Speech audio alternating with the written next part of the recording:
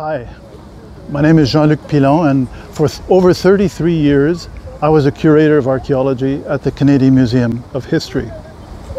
In 2015, Randy Boswell, a Carleton University journalism professor with a very strong interest in history, and we wrote an article that described the ancient history of the centers of Ottawa and Gatineau. Now this year, the Ottawa chapter of the Ontario Archaeological Society is hosting a virtual Ontario Archaeological Symposium.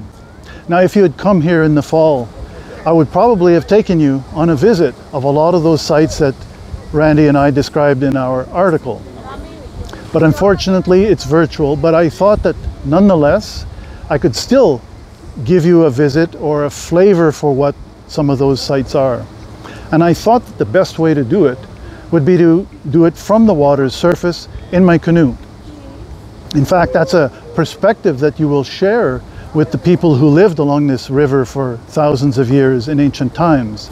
And it's a perspective that's really quite different from what you would get if you took a bus tour or if you strolled along the streets of the cities of Ottawa and Gatineau. And there's one thing that I want to stress, is that what I'm going to be presenting in this virtual tour is my perspective on the ancient past. I have selected some sites. There are probably others that could have been included. I am selecting the information that helps me tell a story, while there's a lot more that could be told. If I had access to traditional knowledge or traditional histories of the region, that would certainly greatly enhance that story, but I don't. So it is my view on that past that I want to share with you today. So let's go down to the river's edge and let's get going.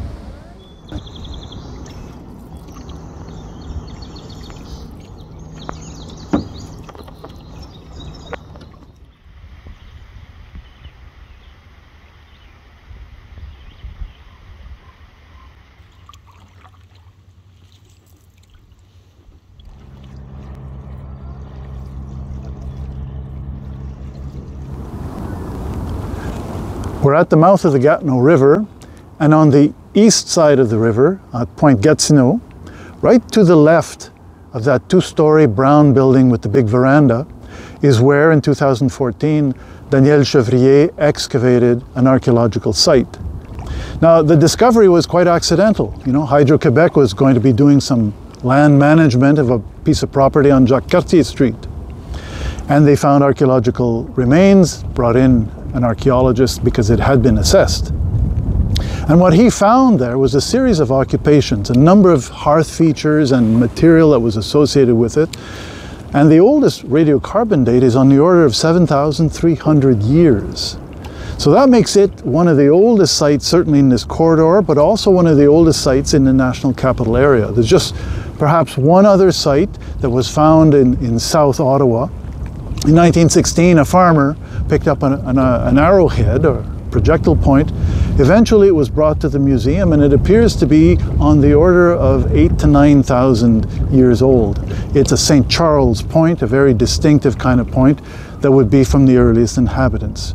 But nonetheless, Point Gatineau, Jacques-Cartier Street is the oldest in this corridor, and that sort of sets the benchmark for when people first came here. And it's interesting because the materials that were found at that site suggest strong connections with areas to the south. Raw materials are coming into the area that these people are bringing with them that suggests that maybe they are a group who had just learned about or were starting to establish themselves in the Ottawa Valley and in the Ottawa area, and didn't quite know what the sources of materials were, and kept their strong connections with their friends and families in areas further to the south. So that's the beginning of the story. Today it's a park. The decision was made to commemorate that site because of its significance in the local history and its significance, of course, to Indigenous people and the Indigenous presence in the Ottawa Valley.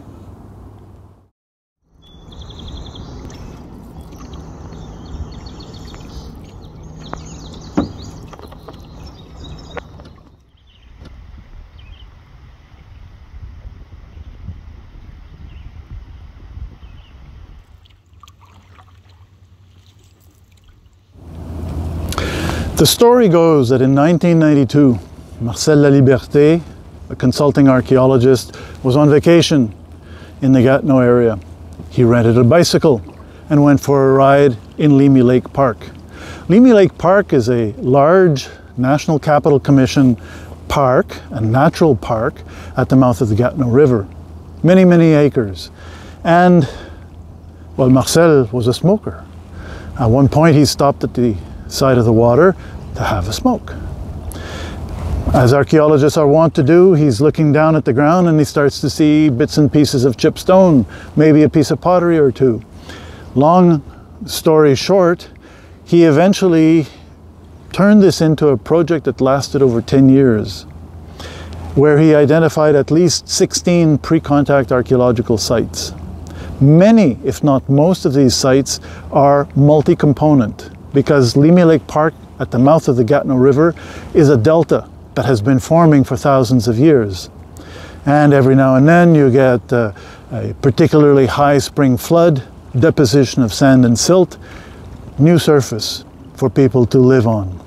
It is built up like that. In some cases, it's over 1 meter of deposits.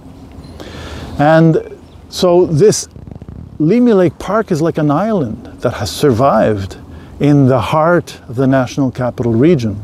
And it has such a story to tell us about the rich use of the area and the rich resources that the area represented for Indigenous peoples for thousands of years.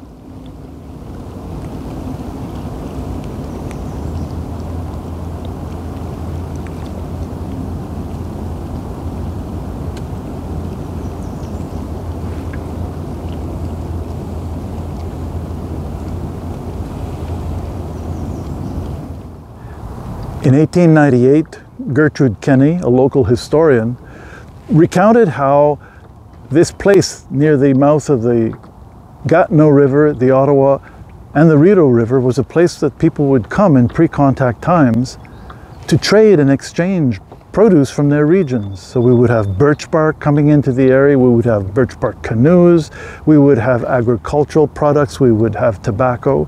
And archaeologically, we know that there's also stone that was an important commodity being traded and exchanged in this region. So this area, Limy Lake Park, the Anishinaabe Algonquin from Kitigan-Zibi gave it the name Kabeshinan, a gathering place. And it reflects the fact that archaeologically we found evidence of people coming to trade, for example, in stone. We find exotic stones coming from as far away as the tip of Labrador, central Quebec, the Hudson's Bay lowlands, the western end of Lake Ontario, and it all comes together here. There's even a local rock called Kichisibi chert. It's not a high quality, but it is present in abundance and was used very extensively in this region and probably traded as well. So I've decided to stop at one of the Limy Lake sites. It's a site that has been worked on by Marcel Laliberté, Ian Badgley from the National Capital Commission. I worked a little bit here in 2002. And I wanted to show something very important in understanding the archaeology of the sites in Limy Lake Park. And that's the erosion. You can see that this face of the terrace here has been chewed away. Roots have been exposed, fresh soil has been exposed, and what that does is it also washes away the archaeological sites. Now others can tell you a lot more about that, but one of the reasons for that, this is a delta, it should be building out every few years, but instead, since they built the Carillon Dam about 70 miles downstream from here, the water levels have been maintained during the summertime, when normally they would have gone way down. And all of the storms, the summer storm activity would have been beating up the beach sands. Now they are kept artificially high, the water levels, and those storms come and chew away at these deposits. And so they've been exposing archaeological sites and destroying archaeological sites. More of the late woodland is very poorly represented in this region in the Limy Lake Park, probably because it's all been washed away. And we just get little dribs and drabs of it. Mostly we find a lot of middle woodland, different periods within the middle woodland, and some late archaic. but that is all due to the very, very significant erosion that has been taking place in the last 50 years.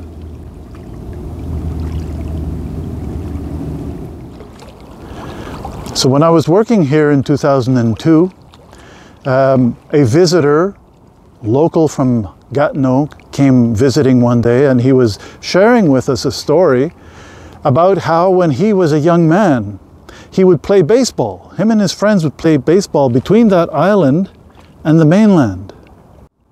Now, how could you play baseball there today? Absolutely impossible. And that was due to the fact that the Pagayant Dam wasn't built yet. The summer levels of the Ottawa River were much lower than what they are today, and it would expose sand deposits, and it would create a playground for young people to play baseball. The beauty of Limy Lake Park, for me, is not only the archaeological story that is told in the ground here, but also the area itself.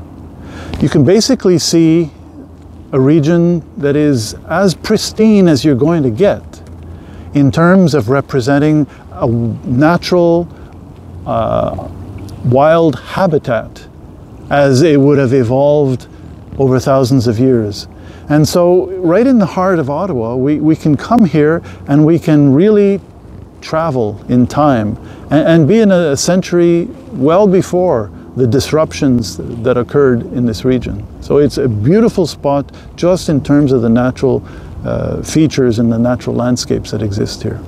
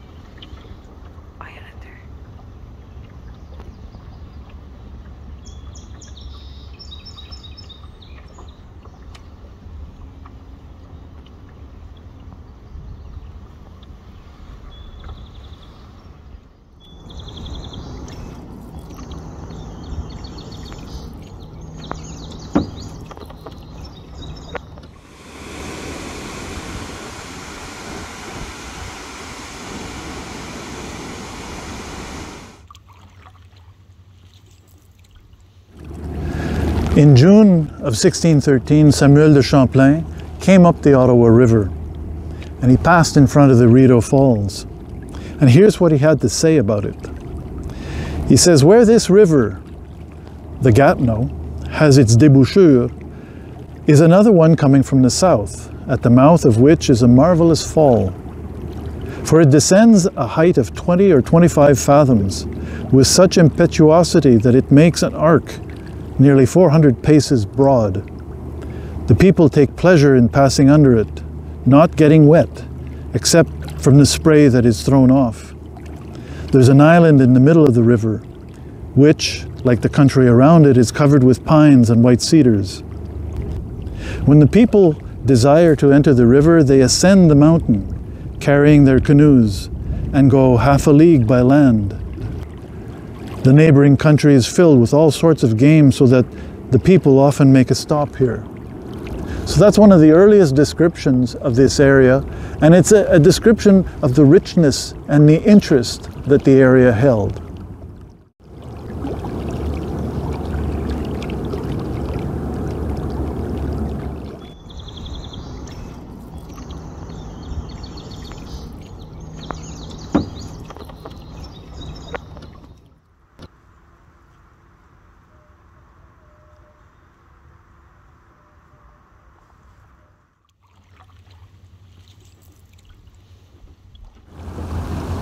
So the confluence of the Rideau River, the Gatineau River, and the Ottawa was a very, very important hub for people to meet during the warm weather period in the summertime.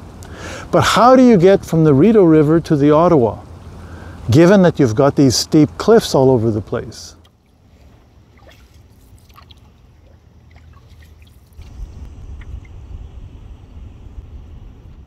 Well, there are two places that have been identified as likely portage routes. One lies right in front of 24 Sussex, the home of the Prime Minister of Canada. It's called Governor's Bay.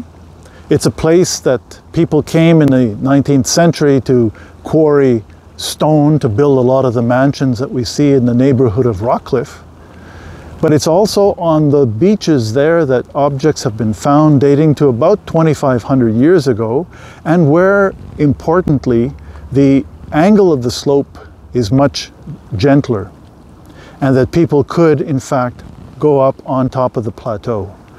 A second location is a little further downstream, across a major promontory, but in a deep embayment that I've given the name of Portage Bay to. In the back of that beach, a couple archaeological sites were found. One of them has material that is probably late Archaic. And at that place, there are nice sand deposits that fill the embayment and allow you to easily walk up the slope on top of the plateau to then walk all the way to the Rideau River, which would be about a half a kilometer or a kilometer away.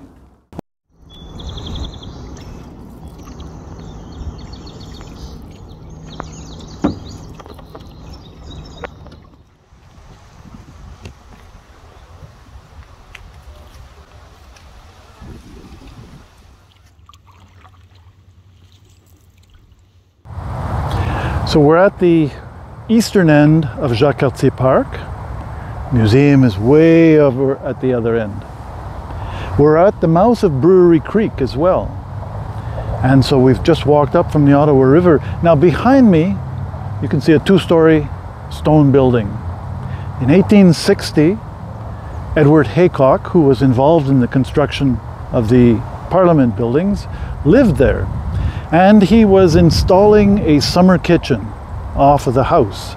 He's digging the foundations and he starts to find what Edwin Souter described as ash pits. So there was some kind of a hearth feature, and there was ceramics associated with that hearth feature. Now Edwin Souter in 1895, wasn't a ceramic specialist, and he compared those ceramics to ceramics that had been found in southern Ontario. And he suggested that, maybe they were Huron pottery. More than likely, though, they were Middle Woodland pottery, probably on the order of 2,000, 1,500 years old. In the 1980s, this is an interesting little aside, Roger Marois, who was the Quebec archaeologist at the time at the Museum of Civilization, I think it was called then, came to this area to try to relocate evidence of that occupation that Haycock would have encountered and that Souter told us about. And we did some excavations in this area here in Jacques-Cartier Park, and several feet down he started to find very large pieces of architectural stone that has been carved, and more than likely the remains of the cathedral in Hull, which had burnt in the 1970s, had been demolished, and well, they had to do something with all of that massive stone, and they seem to have used it as landfill here. So the whereabouts of that site still remains unknown, but it's an important anchor to show us that all of Jacques-Cartier Park has a continuous occupation all along its length. So a few years ago, I don't know, 5-6 years ago, the NCC was doing some work here. I don't know, maybe this mound has something to do with it. And Ian Badgley was overseeing the construction work because they were exposing buried soils, but they never found anything. They might have been beside it, they might have been destroyed, who knows.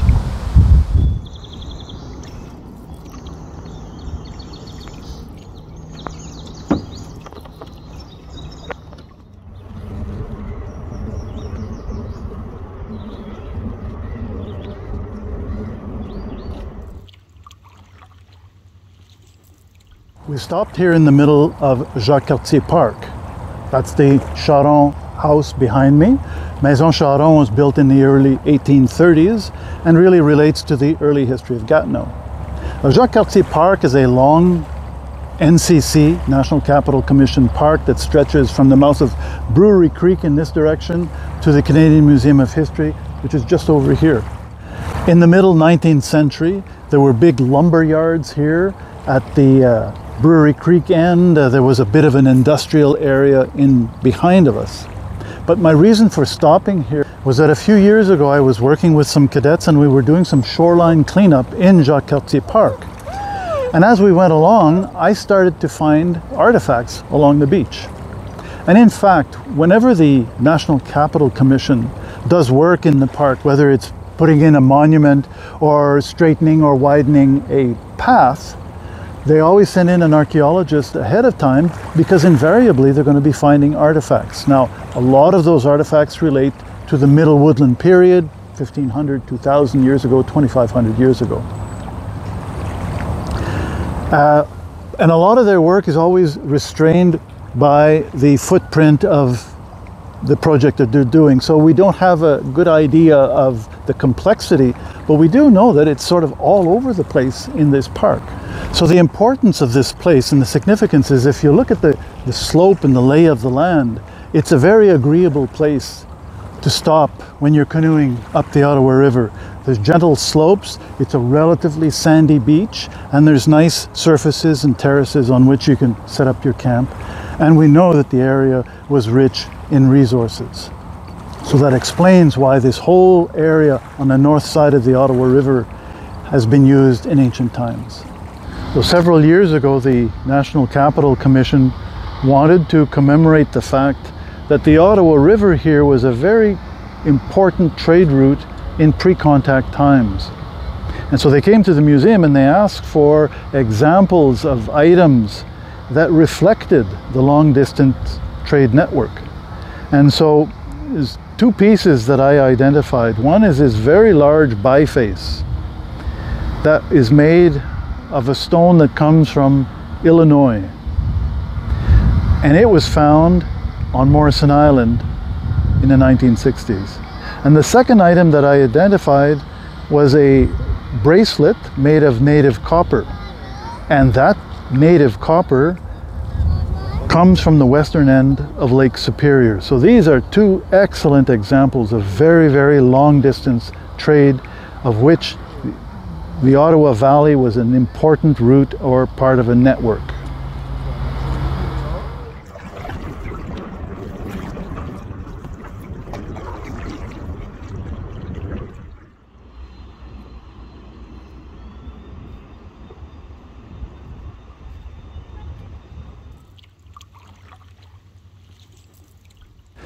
We're in the embayment in front of the Canadian Museum of History.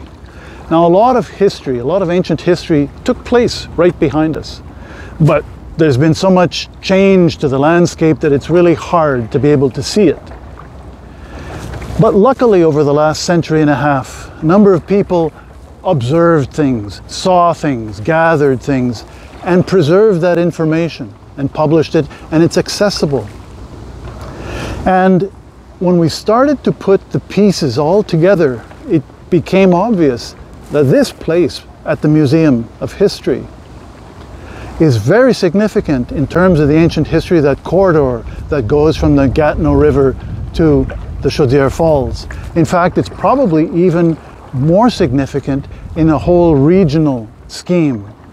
So we're going to get off, walk up onto the land, and look at some of those bits and pieces. One of the first things that we need to talk about when we look at this landscape and try to figure out its importance in the local scheme of things is how the landscape itself has changed. Right now you've got a nice embayment, a point that advances into the Ottawa River, and then the shoreline that heads up towards the Chaudière Falls. There's a series of historical maps from the 19th century and into the 20th century that I've overlain, and I can see how that shoreline has changed. Now, the part that is along the side of the Ottawa River is more or less the same over the last 200 years. But the embayment in front of the museum has changed radically. There's been a lot of infilling. So basically, where that green patch is on this side of the pathway, that is more or less somewhere in there where the edge of the river used to be. So now you can see how much it is a really deep embayment. And that's important because that point is deflecting the strong currents that are coming down from the Chaudière Falls, which is just about a kilometer and a half away.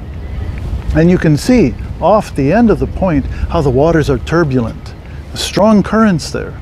In fact, this is something that you can see really well in the springtime when the river ice is starting to break up and to melt.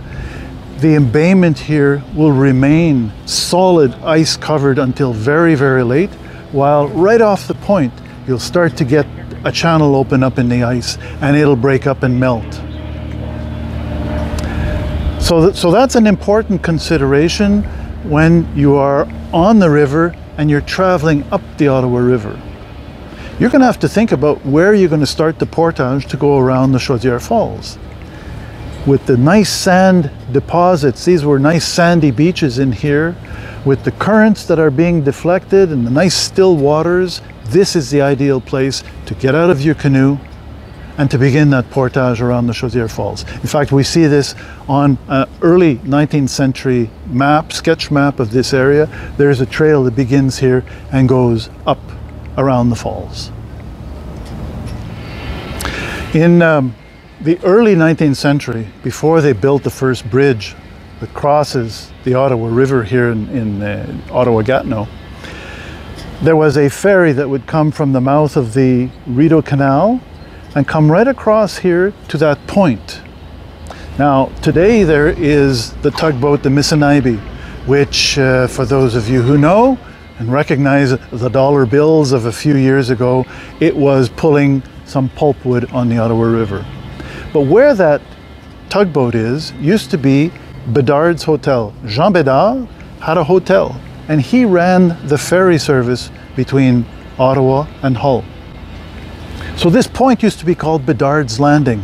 There was a wharf, there was a warehouse, there was Jean Bedard's Hotel. And this hotel has been illustrated in the 19th century in a number of places. Well, in 1843, they were building the first bridge across the Ottawa River, and they needed sand to make the mortar. And they came to a place below the Chaudière Falls, about 3/4 of a mile, and they started to extract sand from a sand deposit. Dr. Edward Van Cortlandt, who was a medical doctor in the early 19th century, early mid-19th century in Ottawa, was very interested in history, human history, natural history, whatever. And the workmen who were digging the sand started to find human remains. They knew that they were quite old, so they informed Dr. Van Cortlandt, who came here, and they allowed him 2 days of digging. And he found the equivalent of perhaps 20 or so individuals. 10 years later, he wrote a short article that was published in the Canadian Journal. And that was the first archaeological find that has been published or is known in the Ottawa-Hull area. And that happened somewhere, as he told us, behind Bedard's Hotel. Now, if you have a hotel where that tugboat is, I defy you to tell me where behind Bedard's Hotel is. It's a question of perspective. If you are on the water or in Ottawa, behind could be where we are right now, where the sand beaches used to be. Or it could be behind to the right of the tugboat. We don't know how far from Bedard's Hotel. So this whole area in here is where Van Cortlandt found the burial place. And the burial place seems to exhibit characteristics and different types of burials that probably span at least 4,000 years. Now, what happened to Dr. Edward Van Cortlandt's collection is not known. As far as we know, all of that material is long since gone. The only thing that we can attribute to Dr. Edward Van Cortlandt and this location, Bedard's Landing, is found at the McCord Museum in Montreal, where there are half a dozen bone tools that were found, and one of them has, and they're attributed to Dr. Van Cortlandt, and one of them has written right on it, Bedard's Landing, Hull, 1866, which tells us two things. One, bone artifacts were being well preserved, and two, Dr. Van Cortlandt came back here more than once to collect materials. Edwin Souter was an amateur archaeologist, amateur paleontologist, who lived in Aylmer, just upstream from Ottawa.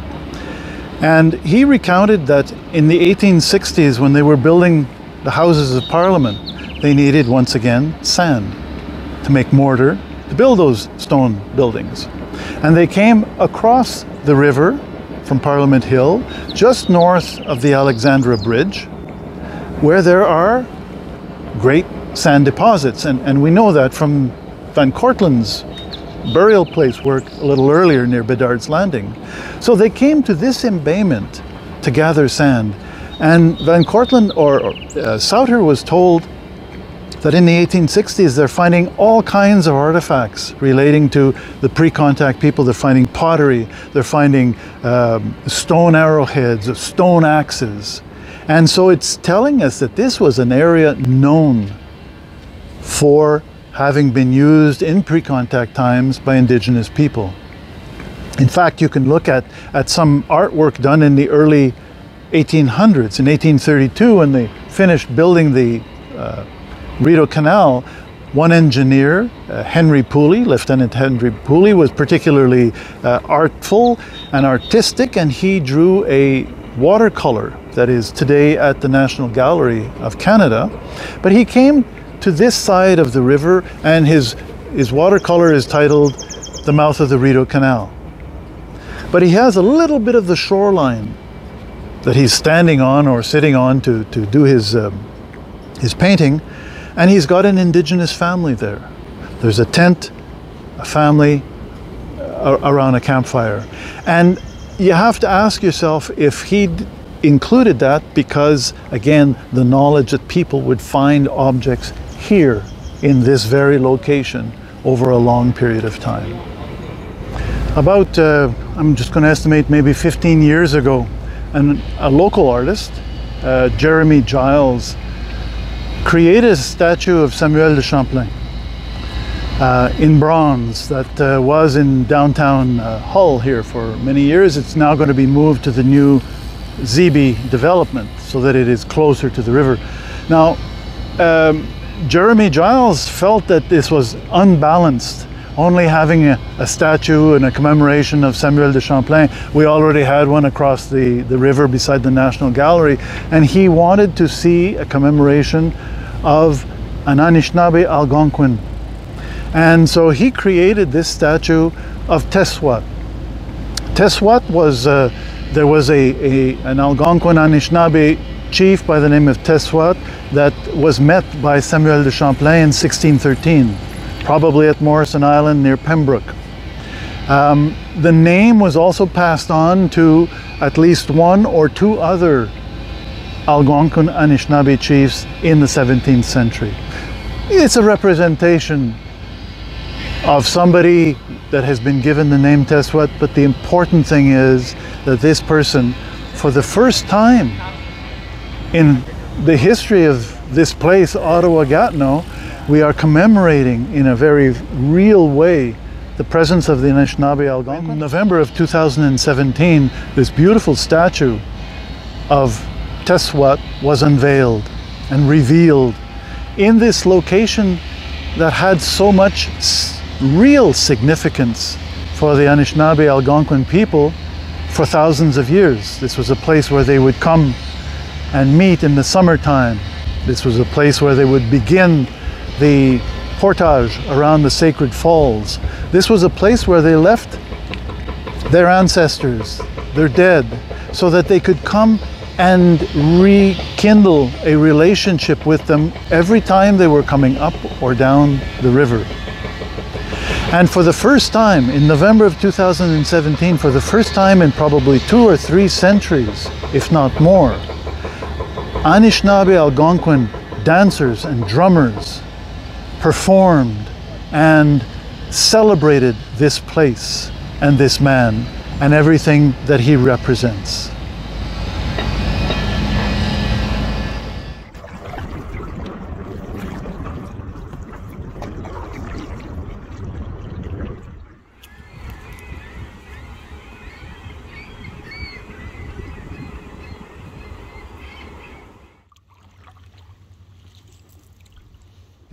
So we've come up from the Museum of History. Currents, as you can see, are a little strong, so I walked. Two places I want to point out on the other side of the river here. One is the Supreme Court of Canada building. And the Supreme Court of Canada building in itself is not important, except that in 1917, a person from Ottawa found a pipe bowl, a stone pipe bowl, and donated it to the Museum of History, what is today the Museum of History. And it was found something like 250 feet west of Bank Street and 75 feet north of Wellington. Get out a map, that puts you in the front yard of the Supreme Court of Canada. And finding a pipe bowl there has perhaps no real significance. It's a pre-contact pipe bowl, but as we know, pipes and tobacco are associated with special ceremonies. 1852, somewhere in the vicinity of Bay and Wellington, they're building a house. And of course, because you can see that there's very little soil on top of the stone bedrock across the river, you have to quarry to make a foundation. Workmen were doing that, and at their lunch break, they went to the edge of the precipice of the cliffs to have their lunch. And in one of the crevices, and you can see that there are plenty of crevices in the bedrock there, they found human remains. They found the equivalent of 8 people inserted into the crevice. So it's interesting that when we look at those discoveries that were made on the Ottawa side of the river, pipe bowl, a crevice with human remains, I look at those and I look at them in relation to the Chaudière Falls. If you are behind Library and Archives Canada, which is more or less at Bay in Wellington, and you're at the edge of the cliff overlooking the river, you're looking directly at Chaudière Falls. And without all of this urban noise to pollute things, you would have heard them and felt the strength of that place. And so I think there's more than a coincidence that those things were located there, that the Museum of History, that there was a burial ground there, because it would have been in proximity to this place of power that is the Chaudière Falls.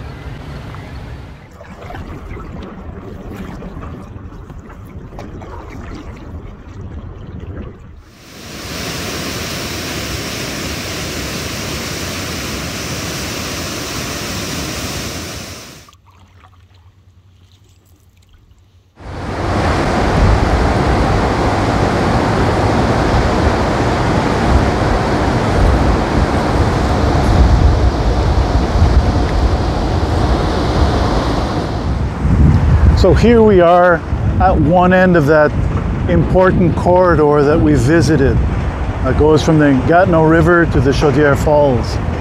It's really hard to imagine what this whole area would have looked like in 1613 when Samuel de Champlain came through here and gave us a first description. There's so much cement around, the dam has narrowed and reduced the size of the falls themselves. The noise that we hear today, the jackhammer, the steel jaws, the motors, they would have been replaced by the roar of the falls, by the roar of the free falls, which would have been something that was a constant when you were in the area surrounding the falls. Places like this falls, are places of power. And we know that because in 1613, Champlain went first up as far as Pembroke, and then came down, and when he stopped on his way down, the people who were guiding him up the river held a tobacco ceremony. at these falls. Now, tobacco is a sacred plant. Tobacco is a plant that is used in ceremonies to bring messages to another dimension of reality. And what took place here is that everybody contributed a little bit of tobacco to a plate. Words were spoken, words were sung. The tobacco offering was imbued with a message. And then the tobacco was offered to the entity, the spirit that inhabits these falls. Now, I think it was Elder William Commanda told us about the falls, that it's not just the falls itself which is a special place, but the whole area surrounding the falls. This entity, this power that was being respected by the men that accompanied Champlain, occupies this whole area. So it's no surprise that people would pay a special attention and make a special offering to that entity. This was a way Champlain was told, and we have to always ask ourselves, what was the quality of his Algonquin? How good was the translation that he was receiving? But he was told that those offerings were necessary whenever anybody traveled on the river in order to guarantee a safe passage.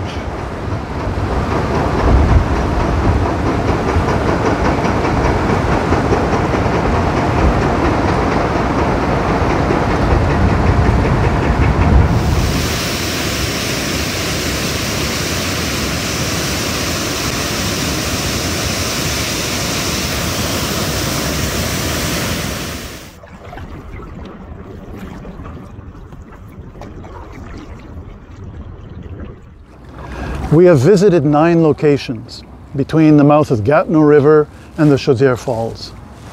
And each one of these is a unique piece in a big puzzle. And each one is complementary to the other. They combine to create something that is more important than just the sum of the parts. And that's why Randy Boswell and I decided to refer to this corridor from Gatineau River to the Chaudière Falls as a cultural landscape. These locations had lots of time depth to them. So at any one time, people might have been using, for example, the campsites at the mouth of the Gatineau River to meet people from different parts of the continent, but they also might have been coming at the same time to visit their ancestors who were buried near the Museum of History, or visiting the Chaudière Falls to make the required and requisite offerings. And the big anchor, we believe, in that story is the Chaudière Falls and the notion that there are powerful entities that lived or resided there. This is why, for example, at the Museum of History, people brought their ancestors and their dead at a place where they knew they would be in proximity to that source of power. So, if anything, I hope that this tour has allowed you to see this landscape of the Ottawa-Gatineau National Capital Area with different eyes. See it in a different way. And so the next time that you hear a land acknowledgement that is quite often said at public events that recognizes the ancient relationship and bonds with the land between the Anishinaabe Algonquin and this landscape, that some of the places here, some of the images that I've shared with you will come to mind and will give texture and real meaning to those statements. Thanks for coming along. I hope you enjoyed it.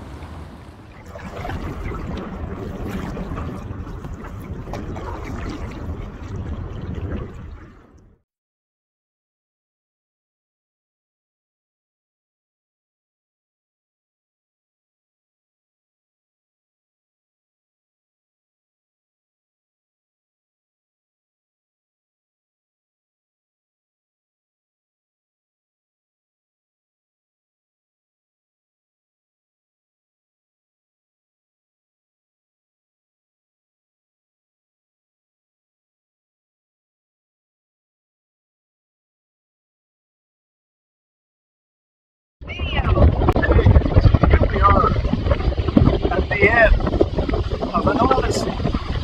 We've been 4 outings, all sorts of multiple takes, video taken, and interesting places seen, and my Kakut's been with me all along. We've had a wonderful time. Thank you very much.